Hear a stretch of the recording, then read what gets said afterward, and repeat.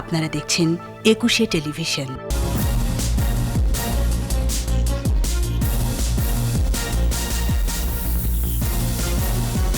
ঢাকায় ঝটিকা সফরে শৃঙ্খলা, আলোচনা হবে অক্সফোর্ডের ভ্যাকসিন নিয়ে। শিপ্রার মামলা নেয়নি কক্সবাজার থানা পুলিশ, রামুতে মামলার পরামর্শ, আসামি হবে 150 জন। বাড়ছে করোনার সংক্রমণ, দেশের বিভিন্ন স্থানে আরো 10 জনের মৃত্যু। বালিতে সেনা অভ্যুত্থান, প্রেসিডেন্ট ও প্রধানমন্ত্রীকে আটক।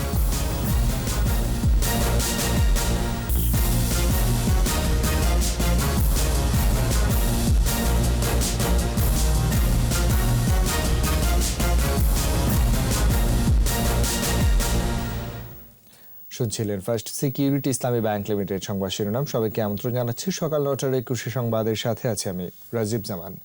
আর দর্শক, 21 টেলিভিশনের সংবাদ একই সাথে সরাসরি দেখতে পাবেন আমাদের ফেসবুক পেজ www.facebook.com/2124 অনলাইনে। এছাড়াও সংবাদে আরো থাকছে বিরল প্রযোজক চলচ্চিত্র নির্মাতা মুক্তিযোদ্ধা জহির রায়হানের 85তম জন্মবার্ষিকী আজ।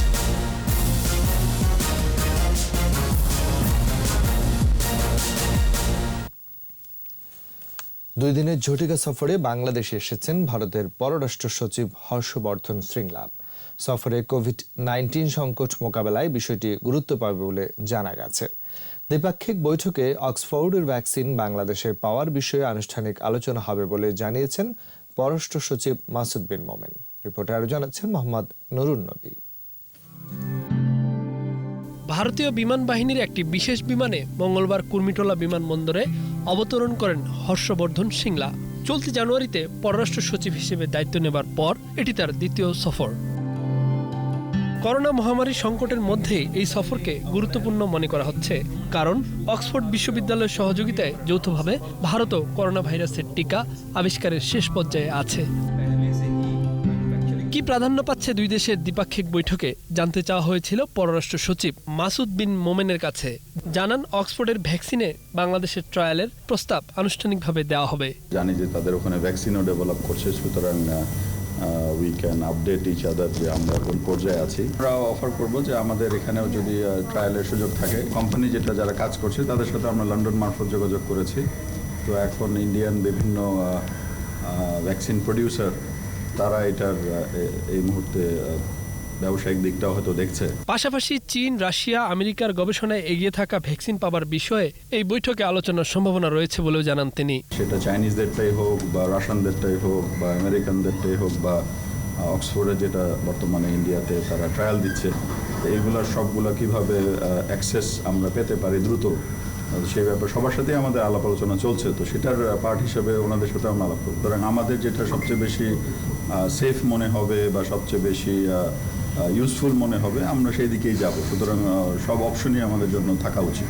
রোহিঙ্গা ইস্যু সমাধানে ভারত কিভাবে সহযোগিতা করবে সেসব হালনাগাদ তথ্য গুরুত্বের সাথে এই বৈঠকে আলোচিত হবে বলেও জানান পররাষ্ট্র সচিব। মিয়ানমারের যে আছে অথরিটিজ আছে, তাদেরকেও তারা বিভিন্নভাবে হেল্প করছে যাতে করে এই রোহিঙ্গা পুনর্বাসন যাতে যথাশীঘ্রই শুরু হতে পারে। মোহাম্মদ নুরুন নবী, 21 টেলিভিশন, ঢাকা। অবসরপ্রাপ্ত মেজর সিনহার সহকারী শিপ্রা দেবনাথের ডিজিটাল আইনে দায়ের করা মামলা আবেদন গ্রহণ করেনি কক্সবাজার সদর মডেল থানা পুলিশ। মঙ্গলবার রাত 11:30টার দিকে শিপ্রা দেবনাথ ও শাহিদুল ইসলাম সিফাত সহ একজন আইনজীবীকে নিয়ে থানায় যান, কিন্তু ঘটনাস্থল রামু থানা এলাকায় হওয়াতে মামলাটি গ্রহণে অস্বীকৃতি জানায় সদর মডেল থানার ওসি খায়রুজ্জামান। মামলাটি কক্সবাজার সদর মডেল থানায় না করে রামু থানা অথবা আইসিটি ট্রাইব্যুনালে করারও পরামর্শ দেন ওসি। ব্যক্তিগত ছবি ও ভিডিও সামাজিক যোগাযোগ মাধ্যমে ছড়িয়ে দেওয়ার অভিযোগ এনে পুলিশ কর্মকর্তা সহ অন্তত 1.5 শতাধিক ব্যক্তিকে আসামি করে মামলা করতে চায় তারা।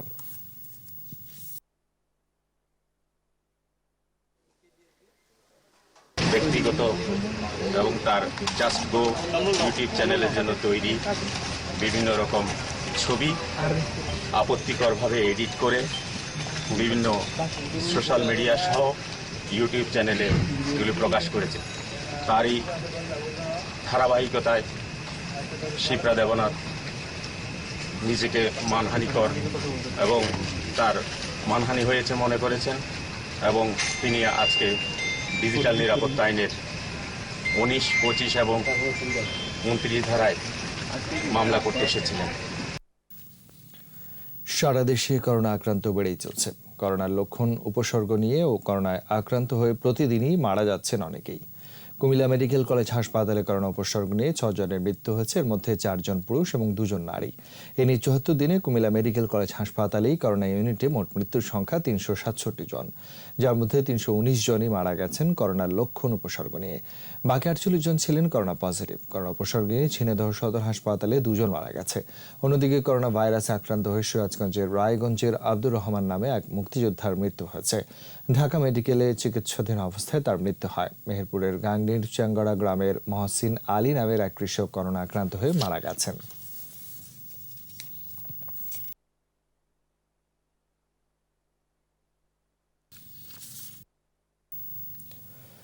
অর্থ বছরের প্রথম মাসে দেশের রপ্তানি আয় প্রত্যাশার চেয়েও বেশি। লক্ষ্যমাত্রার চেয়ে রপ্তানি আরে প্রায় 13.5%।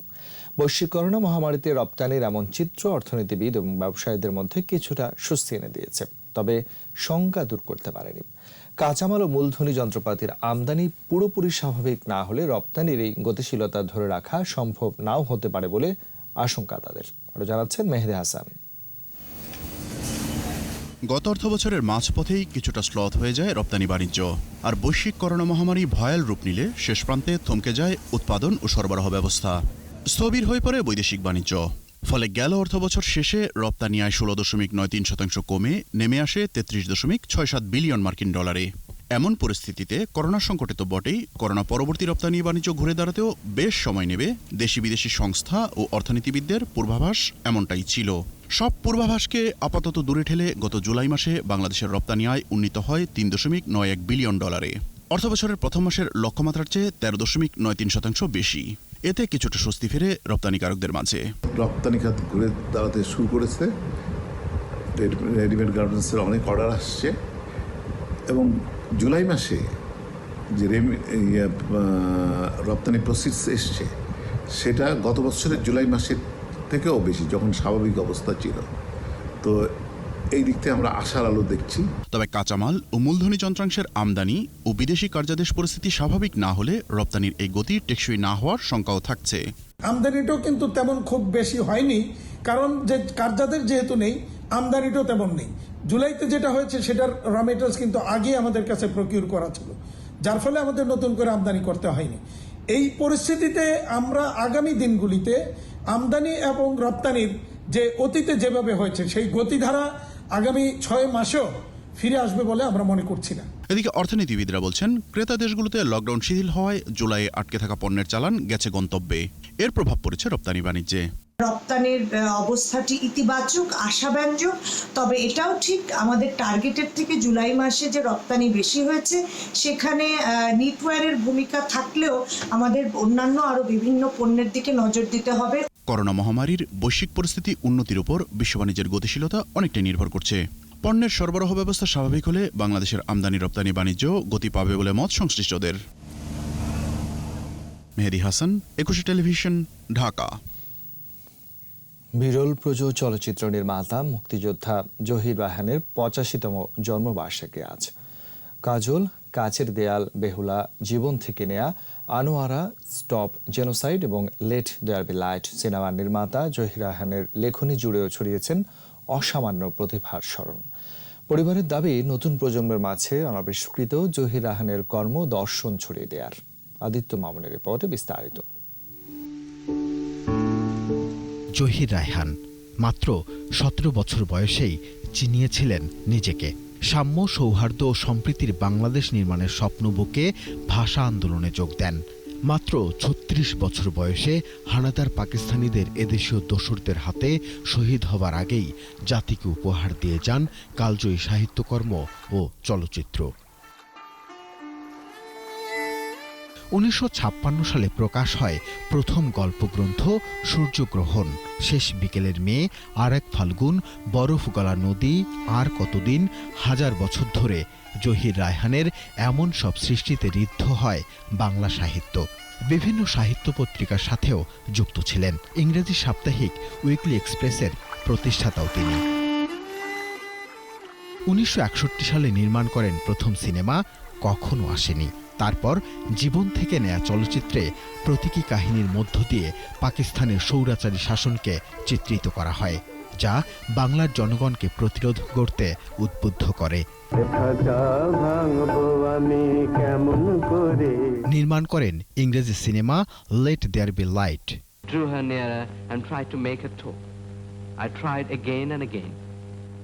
মুক্তিযুদ্ধের সময় পাকিস্তানি জান্তাদের গণহত্যার চিত্র তুলে ধরা স্টপ জেনোসাইড সারা পৃথিবীতে আলোড়ন তোলে।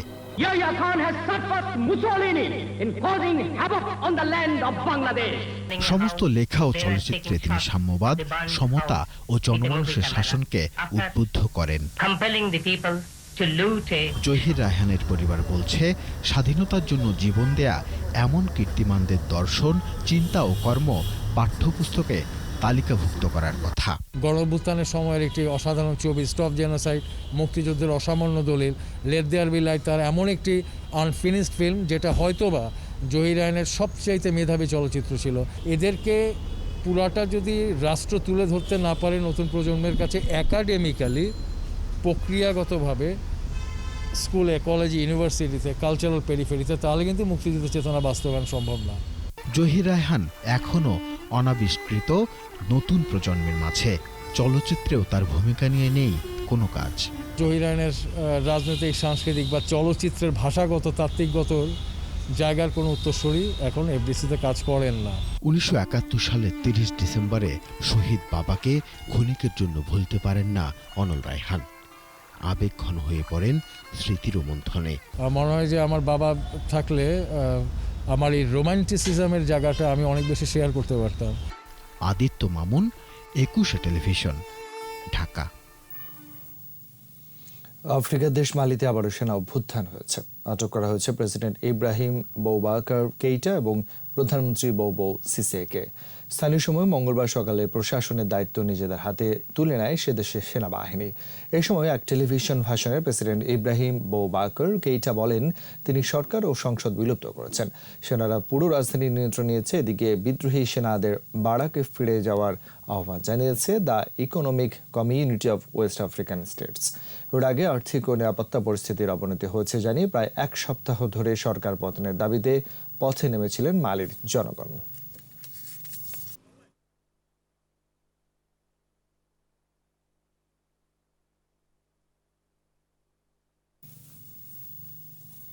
বিরতি নিচ্ছে। স্বাস্থ্যবিধি মেনে চলুন, সুস্থ থাকুন। যখন ফিরছি তখন অন্যান্য খবরের সঙ্গে আরো থাকছে। ফ্রিল্যান্সারদের প্রধান দুর্বলতা বিশেষায়িত শিক্ষার অভাব, আছে পেমেন্ট জটিলতাও। বন্যার পর তীব্র হচ্ছে ভাঙন, দুর্ভোগ বেড়েছে বানভাসীদের।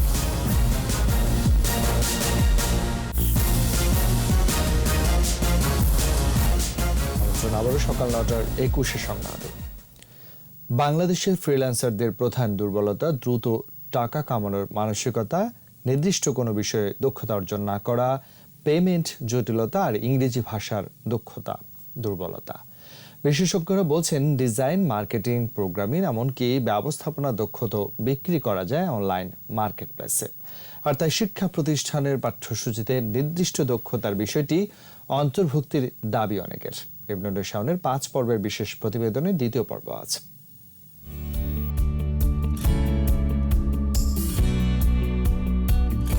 সদ্য কৈশোর পার হওয়া এই 3 জনের সম্পর্ক মামা ভাগিনার। মারুফ বয়সে ছোট হলেও সে এই গ্রুপের team leader. Freelance web design এবং ডেভেলপমেন্ট করে তার মাসিক আয় এখন $4,000 থেকে $5,000। এই বয়সে এত প্রতিবন্ধকতা পেরিয়ে কিভাবে সম্ভব? আমার ক্লাস 2তে আমার মা মারা যায়। ক্লাস 7-এ ওঠার পর মোটামুটি ফ্যামিলি একটা ক্রাইসিসে পড়ে। রাজমিস্ত্রি কাজ করি, প্লাস আমাদের বাসার পাশে সুবাড়ির যে কাজগুলো আছে ওই সুবাড়িগুলো করতাম। মোটামুটি কমপ্লিটলি একটা করে তারপরে আমি একটা ল্যাপটপ কিনি। এরই মধ্যে ফ্রান্সে একটি প্রতিষ্ঠান গড়েছেন তিনি। পার আওয়ার আমি $50 কাজ করি, আবার $30 কাজ করি। আউটসোর্সিংয়ের মাধ্যমে দেশে বসেই ফরাসি একটি কোম্পানির মানব সম্পদ বিভাগ সামলেছেন এই HR কনসালট্যান্ট। আমার ডেজিগনেশন ছিল আপনার global lead. For that company. ওদের ওভারঅল হচ্ছে আপনার ইন্টারন্যাশনাল স্টাফ ম্যানেজমেন্টের পুরো বিষয়টাই হচ্ছে আমি দেখতাম। অভিজ্ঞতার আলোকে তিনি বলছেন, প্রোফাইল ও পোর্টফোলিও তৈরিতে আরও দক্ষ হতে হবে বাংলাদেশি ফ্রিল্যান্সারদের। যে কোনো অন্য দেশই হচ্ছে একজন ফ্রিল্যান্সারের প্রোফাইলটা দেখে, সেই প্রোফাইলগুলো দেখে যে ওনারা কীভাবে ওনাদের প্রোফাইলগুলো প্রেজেন্ট করছে, ওটা দেখে ওনারা যদি ওনাদের নিজেদের প্রোফাইলগুলো রেডি করতে পারে, তাহলে হচ্ছে আপনার একটা বেটার চান্স থাকে। একা কাজের চাপ সামলাতে না পেরে কয়েকজনের টিম নিয়ে আউটসোর্সিং করছেন কেউ কেউ। ওয়েবসাইট লাগছে, তার ডোমেন হোস্টিং লাগছে, তার দেখা যাচ্ছে গ্রাফিক্সের কাজ লাগছে। তো যে কোনো একজন পার্সন হিসেবে কিন্তু একটা কমপ্লিট ওয়ার্ক করা পসিবল না আসলে এই ক্ষেত্রে। তো সেই জন্য আসলে একটা টিম ওয়ার্কের দরকার পড়ে। আর টিম ওয়ার্ক যখন হবে, আস্তে আস্তে টিম বিল্ড হবে, আপনার বিভিন্ন ধরনের অপরচুনিটি ক্রিয়েট হবে। আমি দেখা যাচ্ছে ছোটো কাজ থেকে বড় কাজ নিতে পারছি। তো এইসব প্ল্যানিংয়ের উপর বেস করে আসলে আমাদের এটাকে বড় করে করা। দীর্ঘমেয়াদে টিকে থাকা আর আন্তর্জাতিক মানের উপার্জন নিশ্চিত করতে বড় প্রজেক্টের দিকে নজর দেওয়ার পরামর্শ বেসিস সভাপতির। যদি দক্ষতা আমরা বাড়িয়ে, আমরা যদি আরেকটু অ্যাসেসমেন্ট, ডিসিশন মেকিং, অ্যানিমেশনের মতো কাজ, 3D অ্যানিমেশনের মতো কাজ, এই ধরনের যদি আমরা একটু হাই ভ্যালু কাজগুলো করা শুরু করতে পারি, তাহলে কিন্তু আমাদের টাকার পরিমাণ কিন্তু অনেক বেড়ে যাবে। বিভিন্ন ডেটা আর পরিসংখ্যান বলছে, কোভিড-19 পরবর্তী বিশ্বে কর্মজগতের বড় অংশ দখল করবে ফ্রিল্যান্সিং আর আউটসোর্সিং। ইবনে নূর শাওন, 21 টেলিভিশন, ঢাকা। যমুনা ও আড়িয়াল খাঁ সহ বেশ কয়েকটি নদ নদীর পানি আবারও বেড়েছে। দীর্ঘদিন পানিবন্দী ও নদী ভাঙনের দুর্ভোগ বেড়েছে বানভাসীদের। সিরাজগঞ্জে যমুনায় আবারও পানি বেড়েছে। নতুন করে শাহজাদপুর উল্লাপাড়ায় 15 গ্রাম বন্যা কবলিত হয়েছে। মাদারীপুরে আড়িয়াল খাঁ নদে আবার পানি বেড়েছে, তবে স্থিতিশীল রয়েছে পদ্মার পানি। অনেক স্থান থেকে বন্যার পানি নেমে যাওয়ার ঘরে ফিরেছে দুর্গতরা, তবে বিশুদ্ধ পানি ও খাবারের অভাব দেখা দিয়েছে। এদিকে জেলার 4টি উপজেলায় ভাঙন অব্যাহত রয়েছে। জেলা 39টি স্থানে ভাঙন দেখা দিয়েছে এবং 32টি স্থানে ডাম্পিং করা হয়েছে। এদিকে গাইবান্ধা সদর উপজেলার সুন্দরগঞ্জে তিস্তা ও ব্রহ্মপুত্রের 9টি পয়েন্টে ব্যাপক ভাঙন দেখা দিয়েছে।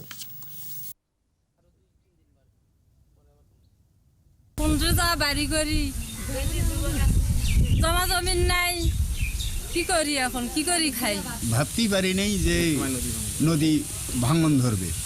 এখন দেখতেছি যে বাড়িঘরদের টান দিয়েও আমরা কুল পাচ্ছি না। এই যে মাছা মুছা পাইতে যখন তো বাড়ি ঘরের কি অবস্থা, গোসল করি এই পানি, খাই এই পানি। করোনার কারণে অনুমতি নেই, তারপরও সিলেটের মানুষ ঘুরে বেড়াচ্ছেন বিভিন্ন স্থানে। পরিচিত পর্যটন স্পট ছাড়াও নগরে গড়ে ওঠা চা বাগানের ওয়াকওয়েতে মানুষের ভিড় বেড়েছে। তাদের অনেকেই মানছেন না কোনো স্বাস্থ্যবিধিও। সিলেট বিভাগীয় প্রতিনিধি ওয়েস খসরু রিপোর্ট জানাচ্ছেন সমর ইসলাম। উৎসব পরব ছাড়াও দেশ বিদেশের পর্যটকদের আনাগোনায় প্রায় প্রতিটি দিনই মুখরিত থাকত জাফলং, বিছনাকান্দি, সাদাপাথর, রাতারগুল সহ বিভিন্ন পর্যটন স্পট। কিন্তু করোনার কারণে 4 মাস এসব স্পটে পা পড়েনি পর্যটকদের। তবে এখন পাল্টাচ্ছে দৃশ্যপট, আসছেন অনেকে। আমার বন্ধু বান্ধব, আত্মীয় স্বজন প্রায় আসে, তাদেরকে নিয়ে আসতে হয়। সিলেটের মধ্যে অত্যন্ত সুন্দর একটি জায়গা। জাফলং একটা স্পট রয়েছে, বিছনাকান্দি রয়েছে, তার দুটা মিলে যা রয়েছে তা বুলাগঞ্জ সাদাপাথরে সেখানে রয়েছে। শহরের ভেতরে তারাপুর চা বাগানের পাহাড়ি ছড়ার উপর নির্মাণ করা হচ্ছে ওয়াকওয়ে। প্রকৃতির সঙ্গে মিশে যেতে প্রতিদিন ওই এলাকায়ও ভিড় করেন দর্শনার্থীরা। করোনাটা কিছুটা কমে আসছে, সেক্ষেত্রে আসলে সেই জন্যই আসলে আমাদের বের হয়ে আসা। তো ভালো লাগছে আসলে। আমি প্রথম দেখেছি আর আমার খুব এক্সাইটেড লাগছে। মাস্ক পরছি না বলতে, মাস্ক পরলাম ঠিক আছে, কিন্তু আমরা দেশে স্পেশালি যখন বেশি এফেক্টেড আসিল না, তখন আমরা মানছি বেশি। বিদেশ যাওয়ার আগে অন্তত আমাদের দেশীয় সংস্কৃতি, দেশীয় ঐতিহ্য, দেশীয় পর্যটনগুলোকে দেখুক, ভ্রমণ করুক। স্থানীয় প্রশাসন বলছে স্পটগুলো এখনো উন্মুক্ত করে দেয়া হয়নি। এরপরও মানুষ এসব স্পটে এলে যাতে স্বাস্থ্যবিধি মেনে চলে সেদিকে নজর দেওয়া হচ্ছে।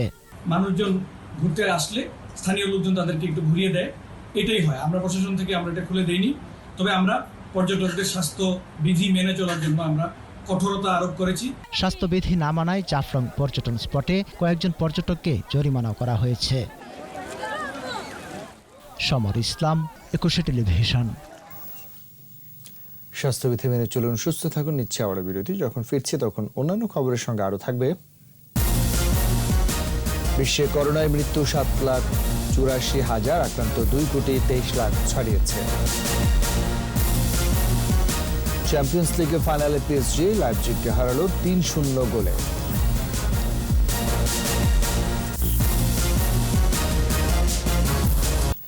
শেষ করছি সকাল 9টার 21 সংবাদ। যাবার আগে ফার্স্ট সিকিউরিটি ইসলামী ব্যাংক লিমিটেড সংবাদ শিরোনামগুলো জানাচ্ছে আরো একবার। ঢাকায় ঝটিকা সফরে শৃঙ্খলা, আলোচনা হবে অক্সফোর্ডের ভ্যাকসিন নিয়ে।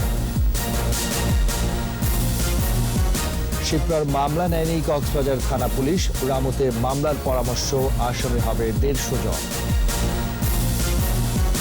বাড়ছে করোনার সংক্রমণ, দেশের বিভিন্ন স্থানে আরো 10 জনের মৃত্যু। মালিতে সেনা অভ্যুত্থান, প্রেসিডেন্ট ও প্রধানমন্ত্রীকে আটক।